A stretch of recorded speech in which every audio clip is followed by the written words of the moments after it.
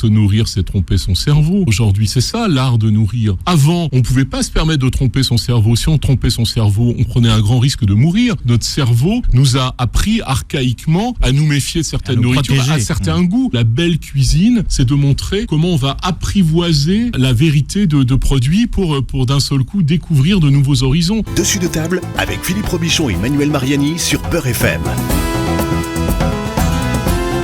Dessus de table, c'est l'émission qui remet les pieds dans le plat et en terrasse. Et d'ailleurs, Manuel Mariani a déjà repris des couleurs, Manu. Absolument, oui. Je suis allé bronzer un petit peu en terrasse là depuis la réouverture. Bon, vous êtes content de retrouver un petit peu la vie?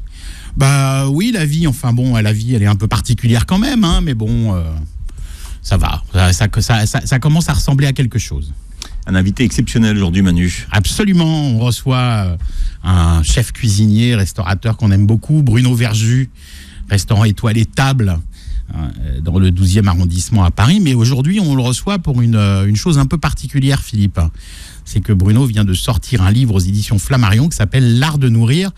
Alors un livre, on s'attend de la part d'un chef à un livre de cuisine. Mais là, on est plus sur un essai philosophique quant à la façon de nourrir les gens, d'appréhender le produit, avec quand même des petites recettes à la fin. Et c'est de ça dont on va parler aujourd'hui jusqu'à 13h, Philippe. Et le sous-titre est presque aussi important que le titre du livre. Hein. C'est sous-titré « Aimer à en nourrir », itinéraire d'un amateur devenu professionnel et séché. Donc Flammarion, Manuel a commencé à en parler. À quel genre, Bruno, votre livre appartient-il ? Quel genre littéraire? C'est un... Et peut-être comme moi qu'il appartient finalement pas. Puisque je n'appartiens pas trop au monde de la cuisine, maintenant un peu plus, et au monde de la littérature non plus. C'est un peu un ovni, mais c'est surtout un livre qui... vous savez, au bout d'un moment, on a envie de faire un point, et je trouve que quand on sent cette urgence de l'écriture, c'est important d'y satisfaire. J'ai eu la chance de tomber sur un éditeur formidable qui m'a beaucoup soutenu, qui m'a motivé, qui m'a aidé. Et donc, oui, j'avais envie de partager ces 8 années de réflexion autour de ma cuisine. On dit un olni, hein. Un objet littéraire non identifié. Ah, joli, bravo. Voilà. D'où vient cette idée que vous ressemblez à un turbo ? Que vous avez une tête de turbo? Je me sens turbo, je ne sais pas comment vous le dire. Oui, en vrai, je pense d'ailleurs que si on se livrait à une analyse un peu précise de mon ADN, je pense qu'on y trouverait de la turbo façon dans mon ADN, sans doute. Et quand je nage, je me plais à me prendre pour un turbo. Je dois être assez maladroit dans l'eau. Il n'empêche que certains poissons me laissent approcher plus qu'un autre nageur, donc il doit y avoir quand même quelque chose, comme les rougets, une singularité avec le monde sous-marin. J'en profite pour saluer le chef Bruno Turbo, qui lui s'appelle vraiment comme ça d'ailleurs. C'est incroyable, ouais. Bruno Turbo. Ça, c'est usurpation d'identité, attention. Ouais. Mais vous, c'est ma bouche, mes yeux et cette petite bosse sur le nez. Il y a du turbo en moi. C'est vrai. Ouais. Écoutez, je pense que on peut se référer à des photos de moi et on peut comprendre comment, effectivement, je ressemble à un turbo. J'espère en avoir aussi la souplesse, parce qu'aujourd'hui c'est un monde dans lequel il faut savoir être souple, se glisser dans les interstices, être rapide, efficace, et je me plais à être un turbo pour ma cuisine. Alors comment vous passez de l'eau de la Bretagne, qui est plutôt fraîche, maintenant à la Grèce? Qu'est-ce que ça veut dire? C'est que finalement on vous a menti pendant des années que l'eau elle est meilleure en Grèce? Non, j'aime toutes les eaux. Je crois que j'aime l'eau. Je suis né au bord de l'eau. Je suis né au bord d'une eau qui était plutôt limoneuse et non salée, une eau douce, qui est celle du Renaison, dans la Loire. Et puis j'ai découvert ensuite très jeune l'océan Atlantique, l'île-Dieu, avec sa face bretonne, du côté du vieux château de la chapelle de la Meule à l'île-Dieu, très rocheuse, très animée, avec des vagues très iodées, enfin je veux dire ionisées plus que iodées, et puis la partie aussi vendéenne, c'est-à-dire la plage douce, avec toutes ces plantes sauvages comme ça, et la Christe marine qui se plaît là-bas, et puis beaucoup d'algues aussi, beaucoup plus de douceur. Et c'est vrai que j'ai une fascination pour l'eau. La mer, elle est comme la rose, c'est-à-dire qu'elle est sans question et elle n'offre aucune réponse, mais en tout cas moi, elle libère mon esprit et ma créativité. Et grâce à mon ami Alexandros Rallis, qui a cette magnifique projet de profil grec, qui m'a fait découvrir la Grèce il y a 3-4 ans. Et c'est vrai que je suis tombé amoureux, non pas de la Grèce, mais je suis tombé amoureux du Magne, qui est une région très particulière qui s'étale entre Kalamata et Sparte. Et j'aime cet endroit, notamment un minuscule village où je je retourne d'ailleurs dans 3 jours, s'appelle Agios Dimitrios, et qui est pour moi un peu la quintessence de la vie dans tout ce qu'elle a de plus beau, c'est-à-dire pas grand-chose, un bord rocheux, la mer, un poisson grillé, des poissons avec des pêcheurs merveilleux, on va pêcher quelques petits poissons, des chats sauvages, des chats qui font les poubelles et qui évidemment viennent se nourrir, non même plus de mes reliefs, je leur fais presque la cuisine, c'est vous dire si ma terrasse là-bas est complète de chats, et puis rien, et voilà, et ça c'est formidable. D'ailleurs, vous êtes un bel ambassadeur de cette région, puisque si on regarde un peu votre compte Instagram, quand vous passez là-bas, vous publiez quelques belles photos de pêcheurs, de poissons, et de paysages. J'aime beaucoup me cultiver en permanence, et c'est vrai que je n'ai pas une grande connaissance de la faune et de la flore méditerranéenne, parce que je suis pas un méditerranéen dans l'âme, comme vous le soulignez, je suis plutôt côté Atlantique, côté Bretagne, et donc j'ai eu envie aussi de découvrir un peu en profondeur les pratiques de pêche, la connaissance des poissons qu'on ne connaît pas très bien, les voir vivants, les voir dans leur biotope, les voir pêcher, les cuisiner, les apprivoiser en quelque sorte, et la même chose pour toutes les plantes sauvages, ou quelques éléments cultivés comme ça, le bonheur d'un citron arraché sur l'arbre à 13h en plein soleil, et d'envoyer cette espèce de brume incroyable d'huile essentielle qui est contenue sur le citron. Sincèrement, c'est des choses qu'on ne peut même pas imaginer, parce que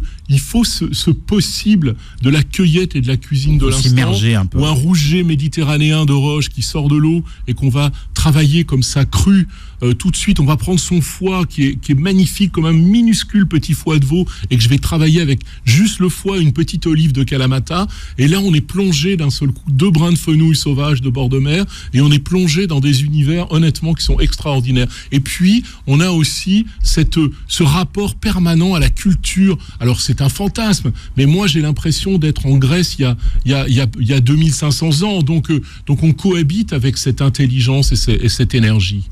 Ces rougets que vous appelez farfouilleurs. Alors farfouilleur, souvenir d'enfance. Oui, c'est une invention absolue. Évidemment, il n'existe pas. Il existe le rouget vendangeur. Vous savez, parce que finalement, les fruits des petits goémons ressemblent à des mini grappes de raisin, ce qui est d'ailleurs assez comestible et intéressant de les travailler en vinaigre ou en malolactique. Mais du coup, moi, je les vois, les petits rougets, parce que je fais de la plongée. J'ai un masque, un tuba. J'ai 8 ans et demi, 9 ans, et je passe ma vie dans l'eau et je les regarde, et ils passent leur vie avec leurs petits. C'est un peu comme des chats, les rougets. Comme des antennes, c'est des mains presque. Ils ont leurs petits barbillons comme ça, et alors ils grattent un peu le sable, les petites algues, les rochers, puis ils se promènent, ils farfouillent. Alors pour les rougets, votre drame, c'est que le rouget perdait sa couleur à la cuisson. Qu'est-ce que vous avez trouvé, vous, comme truc pour que le rouget reste rouge quand vous le cuisez ? Alors, c'était pas vraiment un drame. Il y a des drames plus graves, bien sûr. J'exagère, Bruno, j'exagère. Un drame culinaire. Mais en même temps, je trouve que la notion de drame est intéressante, puisque finalement, le rouget, le rouge, c'est le rideau du théâtre. Et moi, je trouvais dommage, finalement, qu'il y ait à la cuisson, qu'on ait presque la disparition du rideau de théâtre. Et donc, vous savez quelle est ma sensibilité incroyable aux couleurs, aux chromis dans la cuisine, parce qu'elle témoigne du vivant. Et en fait, ce que je déplorais, c'est qu'effectivement, dès qu'on commence à travailler un produit, et notamment par une cuisson, eh bien, on part plutôt dans des tonalités de brun, plutôt que de rester évidemment dans l'énergie des couleurs du vivant. Donc, j'ai imaginé mon rouget de 2 façons. D'abord, garder la couleur, qui me paraissait important pour l'honorer. Encore une fois, quand on travaille un être vivant, il y a une notion sacrificielle, et qui dit sacrifice, eh bien, il faut l'honorer, donc l'honorer de belle manière. Et donc, l'autre chose, c'est que je déplorais, en revanche, qu'on puisse envoyer un jus de citron sur tous les poissons, ce qui évidemment a le mérite de désoler les arômes, enfin de rendre ça absolument d'une banalité affligeante. Et donc, j'ai imaginé, j'aime beaucoup la fleur d'hibiscus.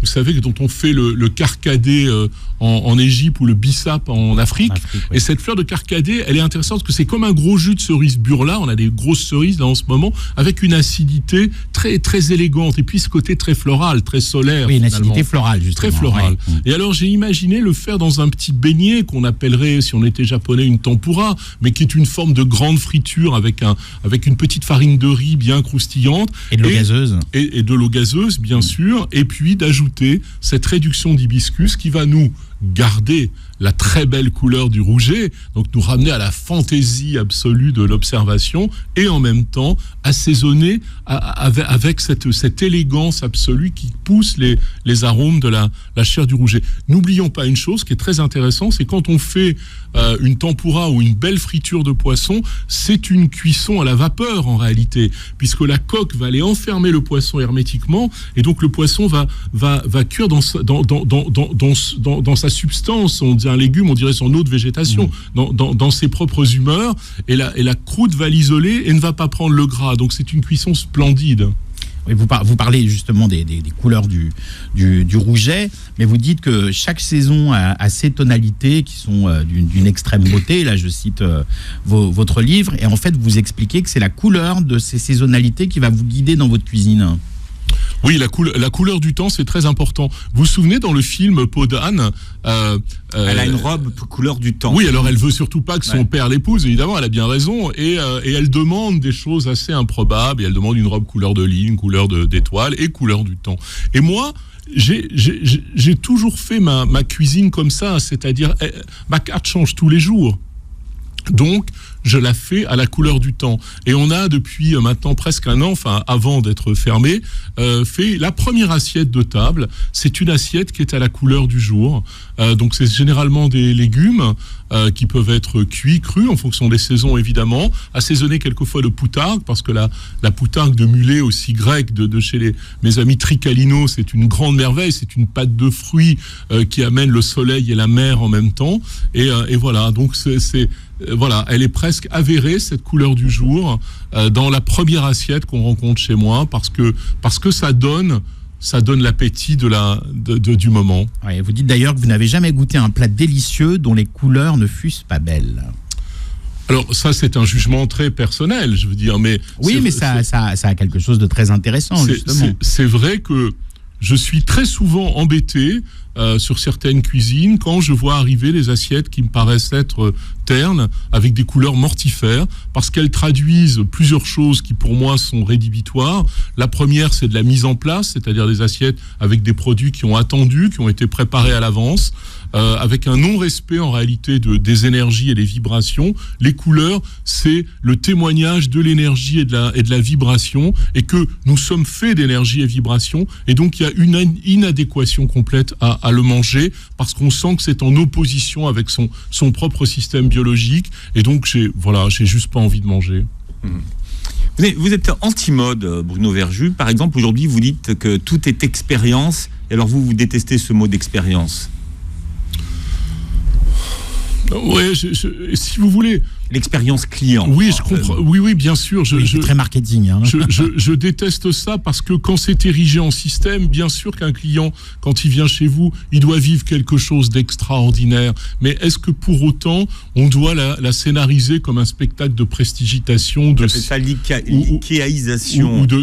Bien sûr, c'est une vraie ickéisation du problème. Et ça m'horripile, parce qu'en réalité, c'est préfabriqué, c'est fake. Et aujourd'hui, avec tout ce qu'on vient de vivre, avec cette période Covid, etc., est-ce qu'on a envie encore d'aller vivre des choses qui sont finalement inventées par des gens de marketing ou des cabinets de RP, plutôt que d'aller s'inscrire dans une vérité humaniste, dans un rapport aimant et dans un rapport naturel à l'autre? Parce que qu'est-ce qu'on peut faire de plus beau dans la vie que de nourrir? Et donc nourrir, ça mérite aussi le respect de l'autre. Et je pense que le respect, ça passe par la non-instrumentalisation de l'expérience, c'est-à-dire de dire, bah tiens, regarde, ça commence, tu es arrivé déjà, et je sais pas quoi, tu vas manger... Il faut que ce soit instagrammable, Bruno. Oui, il faut que ce soit instagrammable, mais encore une fois, je veux pas opposer, je comprends tout ça. Je pense que moi, j'essaie d'être inspirant par rapport à un monde nouveau,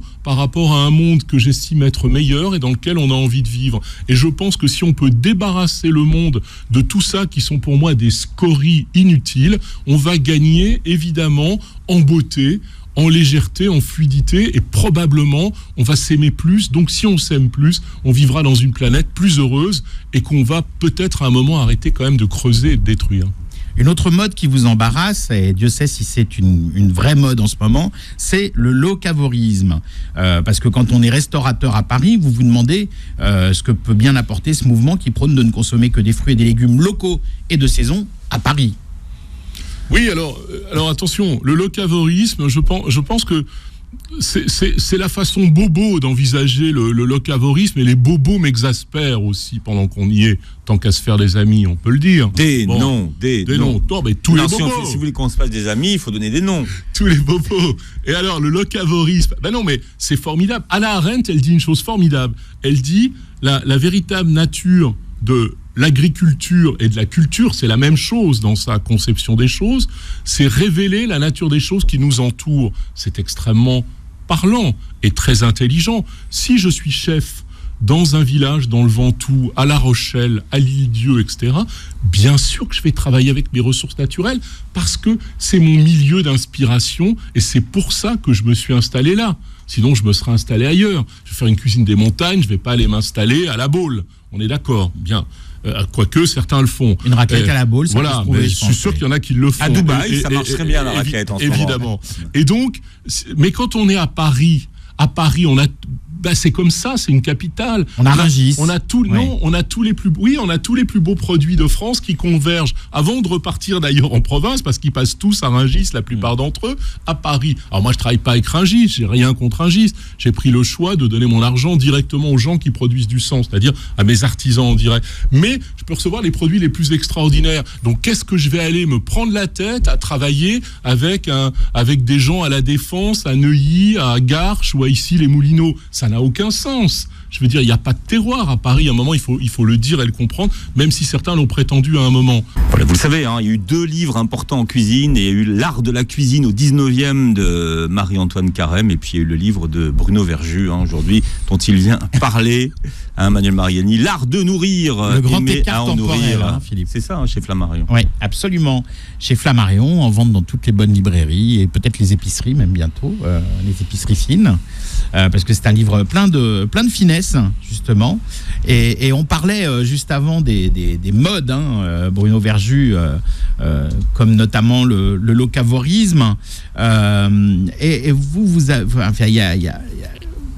vous, c'est votre mode à vous, c'est que, en fait, votre règle élémentaire, c'est que vous ne passez pas des commandes à vos fournisseurs.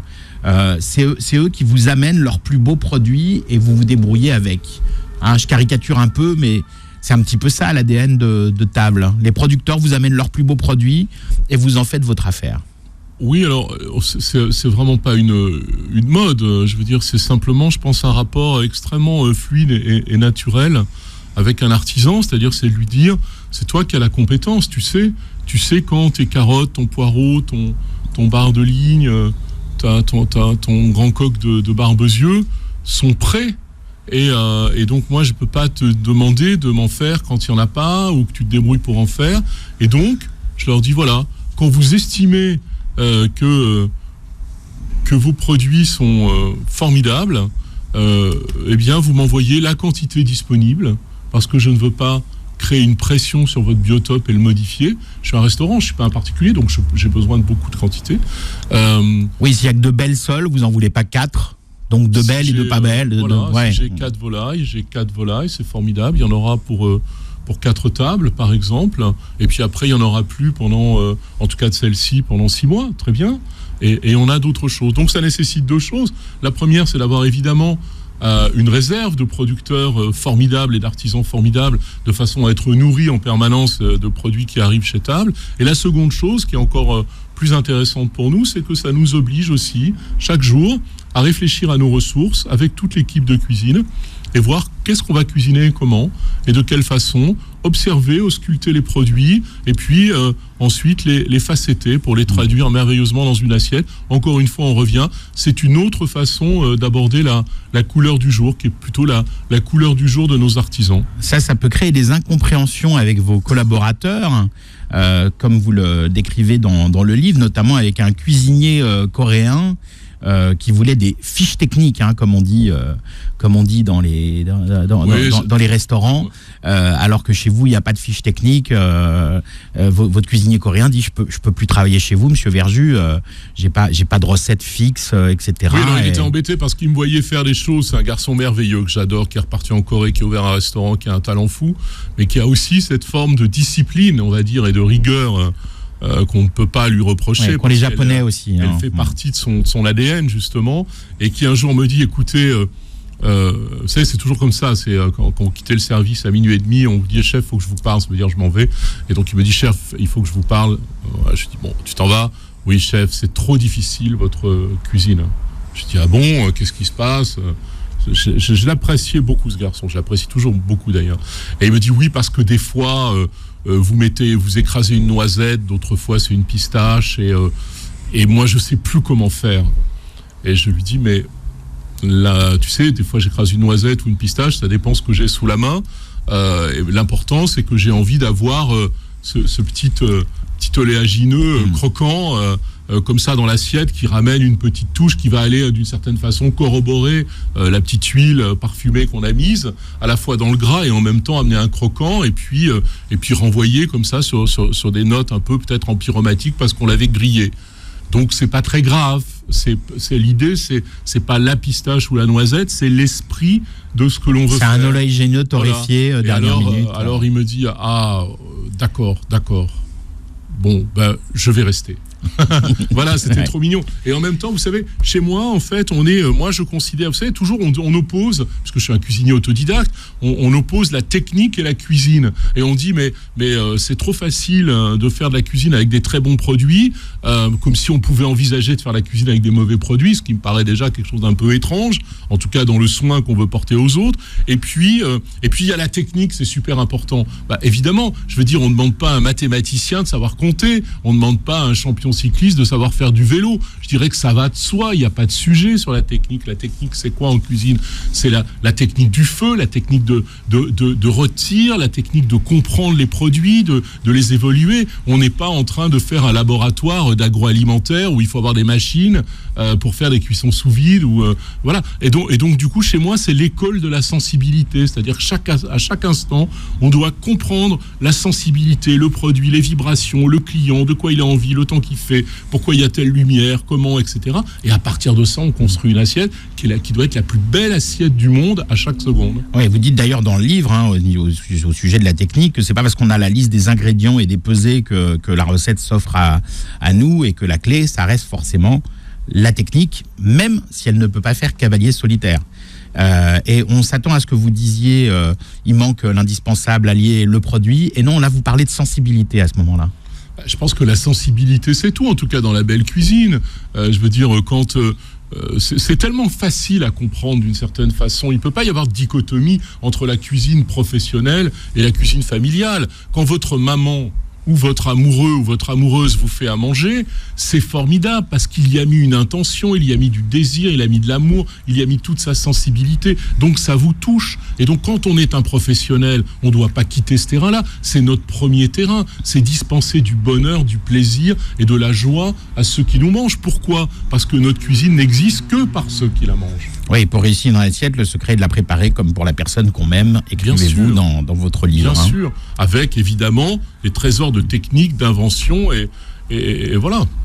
Comment est-ce que vous êtes passé de la catégorie amateur à la catégorie professionnelle? Passer de la catégorie amateur à professionnel, c'est un choc violent parce que vous le savez, moi j'adore faire à manger à la maison, je le fais toujours. Je faisais à manger pour mes amis, pour ma femme, pour mes enfants. Voilà. Avec la nouvelle vie, le monde de demain, il y a beaucoup de gens qui pensent qu'ils vont pouvoir être sauvés par la cuisine parce qu'ils cuisinent bien à la maison. Mais ils vont être sauvés par la cuisine s'ils cuisinent bien à la maison, évidemment qu'ils vont être sauvés. On sera tous sauvés par notre nourriture, il faut comprendre ça. La Covid, c'est la maladie de la malbouffe, c'est absolument évident. Pourquoi ? Parce que quand on mange des choses mortifères, eh bien, on n'est pas heureux. Et c'est souvent, malheureusement, les gens les plus faibles en culture, les plus faibles économiquement qui sont impactés. Et donc, ils se nourrissent mal. Donc, ils ont effectivement ensuite un rapport rapport aux énergies qui est un peu néfaste. Ils sont dans un état d'alimentation qui contribue à les mettre dans une forme de dépression par rapport à la vie qui les entoure. Et donc, qui dit dépression constitue une immunodépression qui les rend évidemment plus perméables à attraper des maladies et surtout à favoriser que celles-ci puissent ensuite dégénérer en choses un petit peu plus péjoratives. Mais alors donc, vous, finalement, la nourriture nous sauvera. Mais comment est-ce que vous êtes passé de cette cuisine que vous faisiez chez vous, dans votre cuisine, à la cuisine d'un restaurant? Par un grand excès de naïveté, par ce désir irrépressible de nourrir.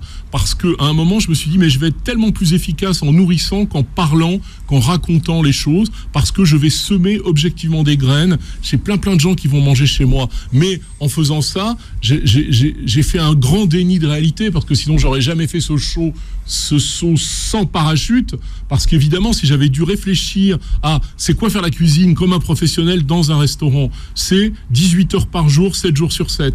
Il faut aussi être restaurateur, qui est un autre métier qui vous rend totalement schizophrène. On n'appartient pas. En France, il faut appartenir. Moi, je ne sors pas des cuisines d'un étoilé, de machin. Je sors de ma cuisine dans mon appartement. Et donc, du coup, on travaille au début avec des collaborateurs qui sont ceux dont personne n'a voulu jamais et qui sont un peu les Lost of the Universe qu'on récupère chez soi. Et c'est ceux qui vous conviennent parfaitement, d'ailleurs. Alors, plus maintenant, parce que ceux-là sont partis ailleurs. Mais aujourd'hui, j'ai la chance d'attirer des talents absolument formidables et on grandit ensemble. Mais donc, oui, ça a été très, il faut le forger. C'est vraiment de l'ordre de se faire forger à la vie. Est-ce que vous avez inventé une façon de faire de la cuisine? Évidemment, j'ai inventé une façon de faire. Peut-être que d'autres cuisiniers qui sont allés à l'école hôtelière ou qui ont eu des bases, enfin... Évidemment, quand on vient travailler chez moi, on oublie toutes les bases. On n'en a rien à faire des bases. Moi, j'ai un rapport extrêmement disruptif. D'abord, je fais quoi? Je pense que je suis un des seuls à faire une cuisine à l'instant. C'est-à-dire que on n'a pas préparé un légume, on n'a pas préparé un poisson, etc., avant qu'on ait la commande de notre client. On fait la cuisine à la seconde et je vous assure qu'on n'attend pas des heures pour avoir les plats.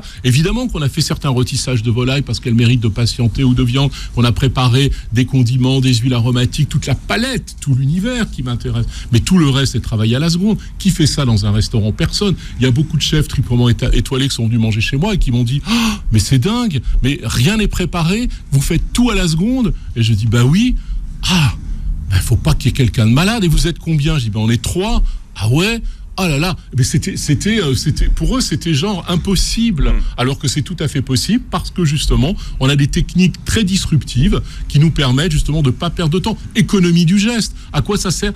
Quand vous prenez, il y a quelqu'un qui arrive d'un autre restaurant, il fait 12 gestes, il coupe le poisson, il le pose là, après il fait un autre truc, après ça l'embête donc il le redéplace là, il tue tout et quand il le met dans l'assiette c'est mort. Alors que nous, je les enseigne à faire presque un seul geste dans une harmonie. C'est le cerveau qui a pensé à ça. Hop, on construit l'assiette, elle est au passe, elle part parce que 2 minutes après elle est morte.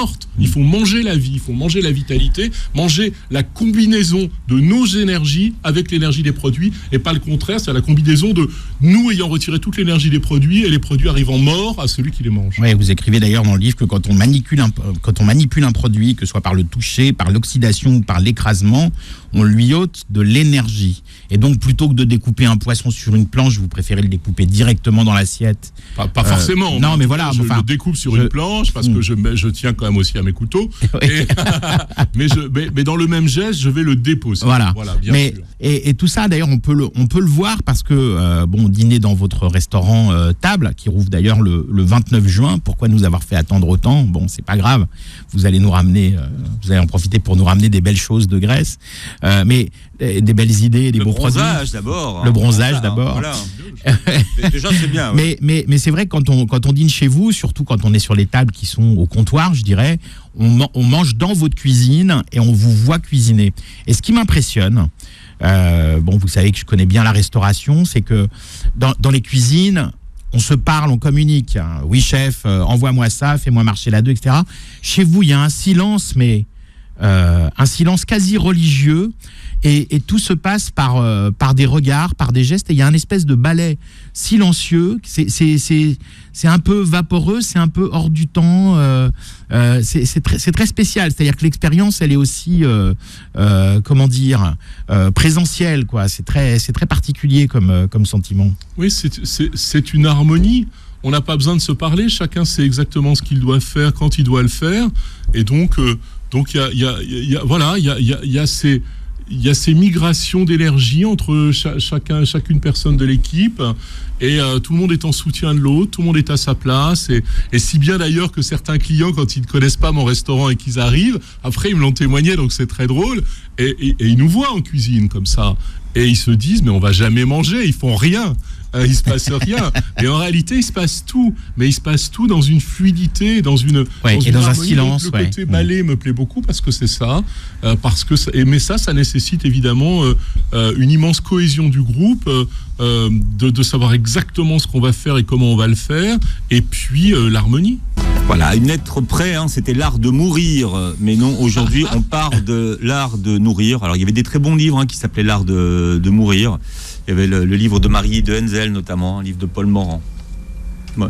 Mais quand vous avez choisi votre livre, le titre de votre livre, vous pensiez à ça, dans l'art de nourrir? Non, je pensais à Ovid, je pensais à l'art d'aimer. Je me disais tiens, finalement j'aimerais bien être le Ovid du nourrir, mais non, l'art de nourrir, parce que je pense que nourrir est un art d'une certaine façon, sans le côté, je veux dire, élitiste de l'art, parce que c'est l'art d'aimer aussi. Et c'était pour ça que j'avais ce parallèle évident. Et vous savez, entre nourrir et mourir, il y a un seul son, et en même temps, c'est toute une vie qui nous sépare. Et aujourd'hui, on a une actualité évidemment particulière, parce que d'un seul coup, on a redécouvert ce que c'était que mourir, puisque évidemment, on est dans des sociétés qui fabriquent absolument le déni de la mort. Et le déni de la mort, il a commencé à être fabriqué évidemment dans la nourriture, puisqu'il ne fallait que d'une certaine façon, plus rien ne puisse rapprocher ce que l'on mange d'un animal vivant. L'achievement de cette histoire-là, c'est-à-dire le suprême absolu il n'y a plus aucun rapport avec rien, étant le hamburger qui, comme vous le savez, je mène le combat contre le hamburger en trouvant que c'est indigne de hacher des pauvres vaches élevées dans des conditions abominables et tuées de façon et massacrées au nom de nourrir une population et la rendre malade. Donc simplement, si on pouvait, je ne sais pas s'il y a des industriels qui m'écoutent, mais dépêchez-vous à fabriquer de la protéine végétale triturée, aromatisée, moins chère que la viande, et on va sauver des centaines de millions d'animaux qui meurent pour rien.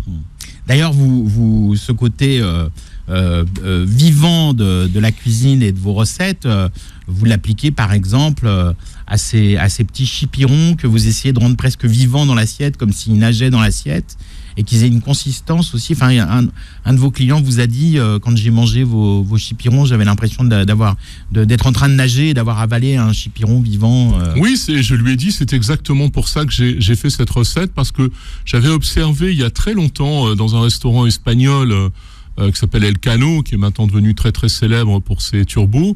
Et un jour, Aitor m'avait apporté les petits chipirons qui venaient d'être pêchés à la ligne. Alors un petit chipiron, c'est quoi? C'est un encorné, mais tout petit, qui fait 4-5 cm de long.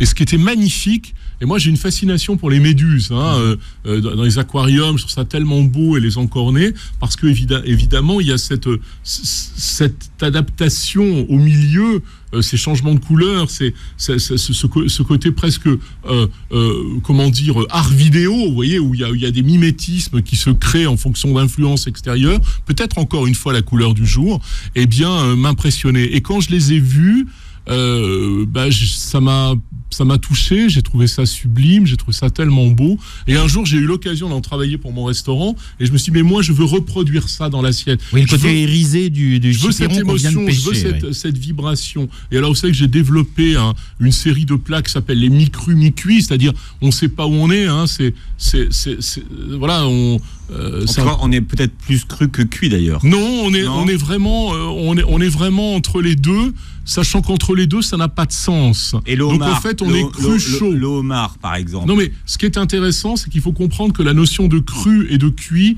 n'a aucun intérêt.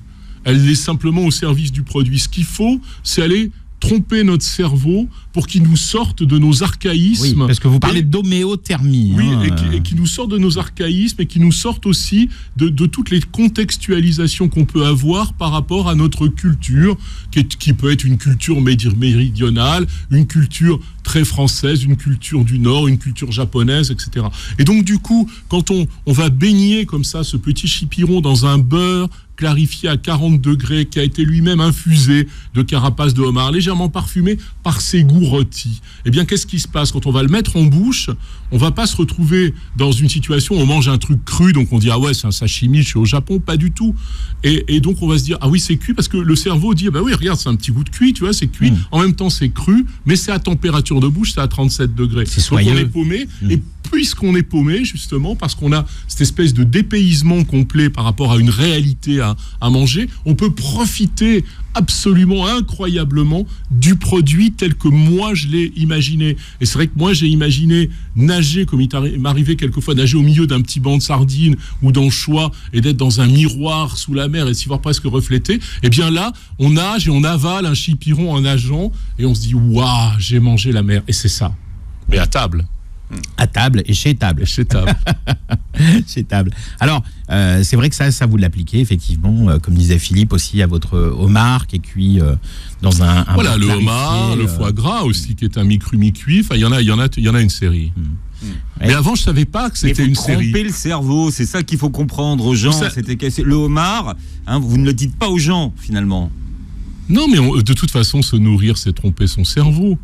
Je crois aujourd'hui, c'est ça l'art de nourrir. L'art de nourrir, c'est tromper son cerveau. Avant, on ne pouvait pas se permettre de tromper son cerveau. Si on trompait son cerveau, on prenait un grand risque de mourir. C'est-à-dire qu'en fait, notre cerveau nous a appris archaïquement à nous méfier de certaines nourritures, à certains goûts. L'amertume étant l'alerte absolue du poison.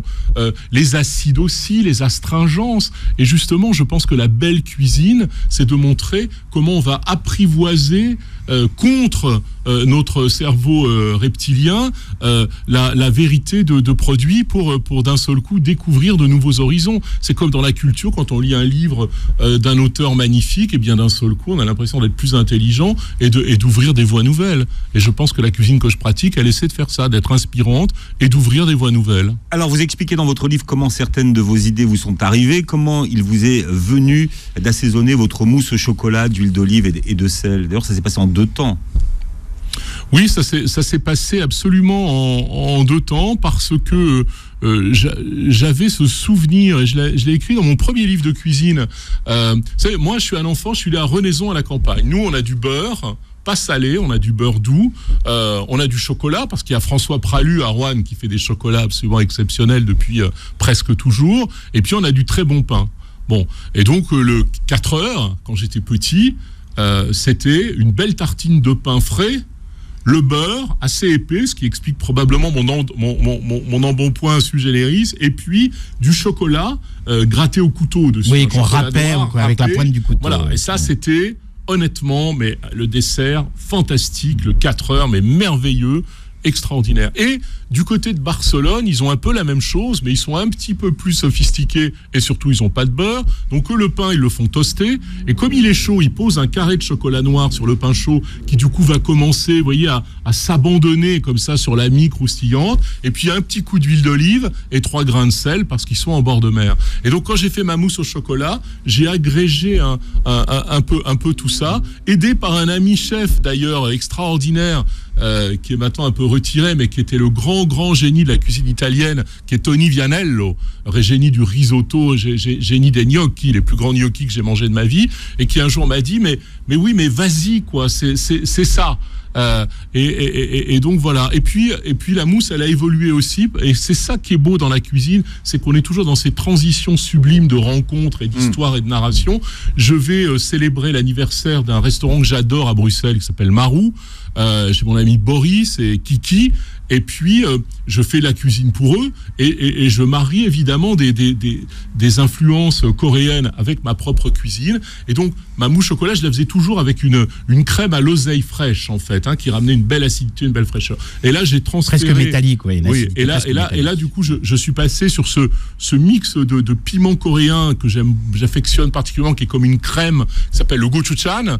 Et donc voilà, et du coup on rend hommage au grand chocolat des Aztèques Aztèques, et au grand chocolat quand il arrive en France à Versailles, parce qu'on a ces chocolats qui sont assaisonnés, parfumés d'épices, et en même temps on rappelle chez les Aztèques, honorés d'huile d'olive. On rappelle d'ailleurs chez les Aztèques, le chocolat, on s'en sert pour cuisiner salé, avec le poulet dans les sauces, on s'en sert pour tout, le chocolat. Alors on va terminer avec le scoop de votre livre, et on va rester en Espagne avec l'histoire de la tarte aux pralines qui est devenue aujourd'hui cette tarte aux pralines presque lyonnaise. Alors la tarte aux pralines, c'est l'emblème absolu de la région lyonnaise. Moi, j'ai été élevé à la praluline aussi du père de François Pralu, Auguste Pralu, et la praline fait partie de mon univers d'enfance. Souvenons-nous aussi de ces magnifiques îles flottantes constellées de petites étoiles roses, qui sont les pralines sublimes. Et à Lyon, il y a la tarte aux pralines. Et moi, j'ai envie de faire la tarte aux pralines parce que j'aime aussi montrer cette partie d'héritage et faire les citations de ceux qui sont importants. Alain Passard, Jacques Génin, Bernard Pacot et évidemment l'immense Alain Chapelle.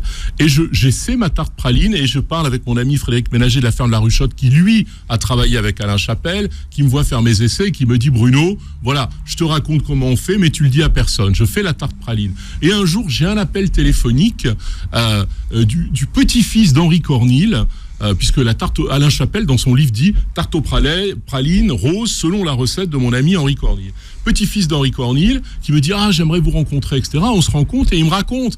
Et je lui dis « Mais c'était qui votre grand-père ?» Alors il me dit « Mon grand-père, c'était un homme d'affaires un peu riche, à Valence, etc., qui fréquentait que les 3 étoiles. » Fini. Et la suite est dans votre livre.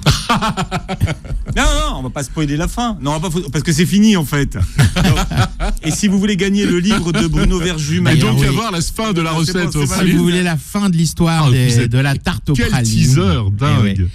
Vous pouvez gagner le livre de Bruno Verjus. Vous allez sur mon Instagram, mariani.manuel, M-A-R-I-A-N-I, comme ça se prononce, .manuel, M-A-N-U-E-L, sur Instagram. Et puis, vous vous laissez guider. À 12h54 sur Beurre FM. Il vous reste 12 secondes. Il vous reste 12 secondes. Non, vous pouvez aller jouer jusqu'à la semaine prochaine. On fera le tirage au sort en direct dans l'émission de la semaine prochaine, Philippe.